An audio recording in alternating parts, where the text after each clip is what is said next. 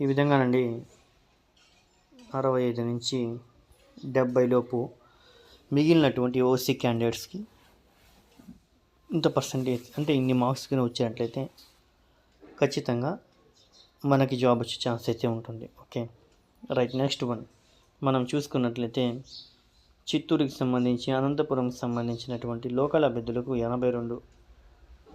Okay, ఇక్కడ 82 నుంచి 62 ఉమెన్స్కి ఈ విధంగా జాబ్స్ అయితే అంటే మేబీ పోస్టులు అయితే ఈ విధంగా ఇచ్చినాడు కదా.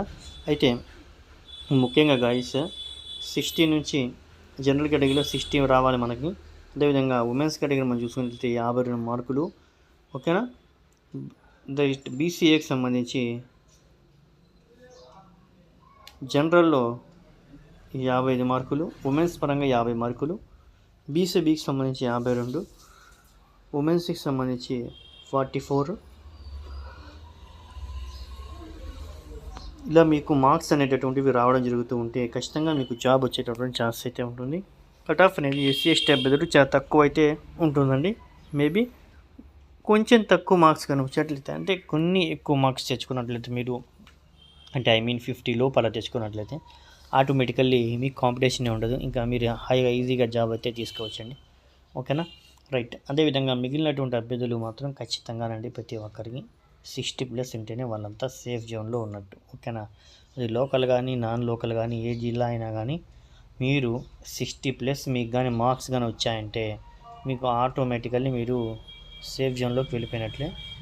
ఇంకా ఎవరైతే సేఫెస్ట్ జోన్లోకి వెళ్ళాలనుకుంటున్నారో అటువంటి అభ్యర్థులు వచ్చేసి మేబీ 75+ కానీ తెచ్చుకున్నట్లయితేనండి వాళ్ళు సేఫెస్ట్ జోన్లోకి అయితే వెళ్ళిపోతారు. మిమ్మల్ని ఎవరు టచ్ చేయలేరు ఇంకా. ఓకేనా, రైట్. ఇంకా జాబ్ పక్కా అవ్వాలన్నట్లయితే 80+ అనేటటువంటి ఉంటే ఖచ్చితంగా మేబీ జాబ్ అనేది పక్కా అయిపోతుంది మీ పేరు మీద. కాబట్టి మీరు ఇంకా బ్యాగ్ అనేది సర్దించుకోవచ్చు, రైట్గా వెళ్ళి జాబ్ లెటర్ తీసేసుకొని జాయిన్ అయిపోవచ్చు నెక్స్ట్ మంత్ నుంచి. ఓకేనా, రైట్ గైస్. ఇంకా మళ్ళీ మనం చూసుకున్నట్లయితే ఫైనల్ మెరిట్ లిస్ట్ ఎప్పుడు రిలీజ్ చేస్తారండి అని చెప్తున్నారు. ఖచ్చితంగా జనవరి మంత్ ఎండింగ్కి ఒక్క వారం ముందు రోజు మనకి మెరిట్ లిస్ట్ వచ్చేస్తుంది. ఓకేనా, 1 వీక్లో ఎప్పుడైనా రావచ్చు. కాబట్టి అభ్యర్థులు కొంత పేషెన్స్ అయితే ఉండండి, కొంత సహనం వహించండి గైస్.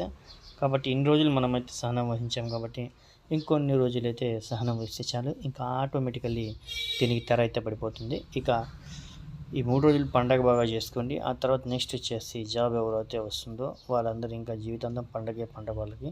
ఓకేనా అండి.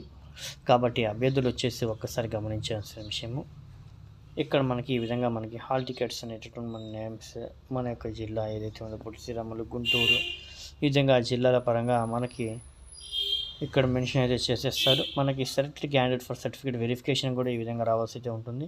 ఓకేనా, ఈ యొక్క మెరిట్ లిస్ట్ కూడా మనకి ఇంతకుముందు తెలియజేసినట్టుగా అతి త్వరలో మన ముందు అయితే ఉండబోతుంది.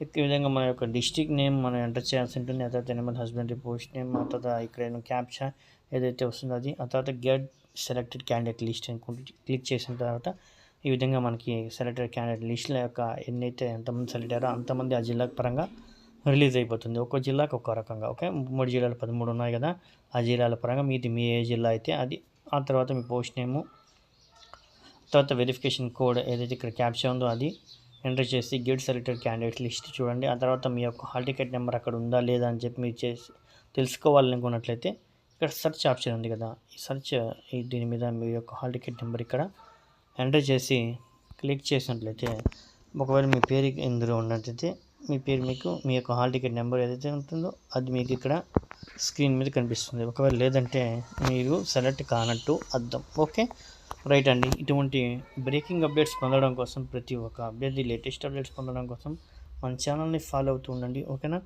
వీడియోని ఒక చిన్న లైక్ చేసి ముందు వరకు ఫార్వర్డ్ చేయండి. ఈ పండగ పర్వదినాన ప్రతి ఒక్కరికి శుభాలు కలగాలని చెప్పి నేనైతే కోరుకుంటూ ఈ వీడియోని ముగిస్తున్నాను. ఫస్ట్ టైం చూసే వాళ్ళు ఇంకా ఎవరైతే సబ్స్క్రైబ్ చేసుకోలేదో వాళ్ళంతా త్వరగా సబ్స్క్రైబ్ అయితే చేసుకోండి. పక్కన వచ్చే బెల్ సింబల్ కూడా యాక్టివేట్ అయితే చేసుకోండి. ఓకేనా అభ్యర్థులు, థ్యాంక్ యూ అండి.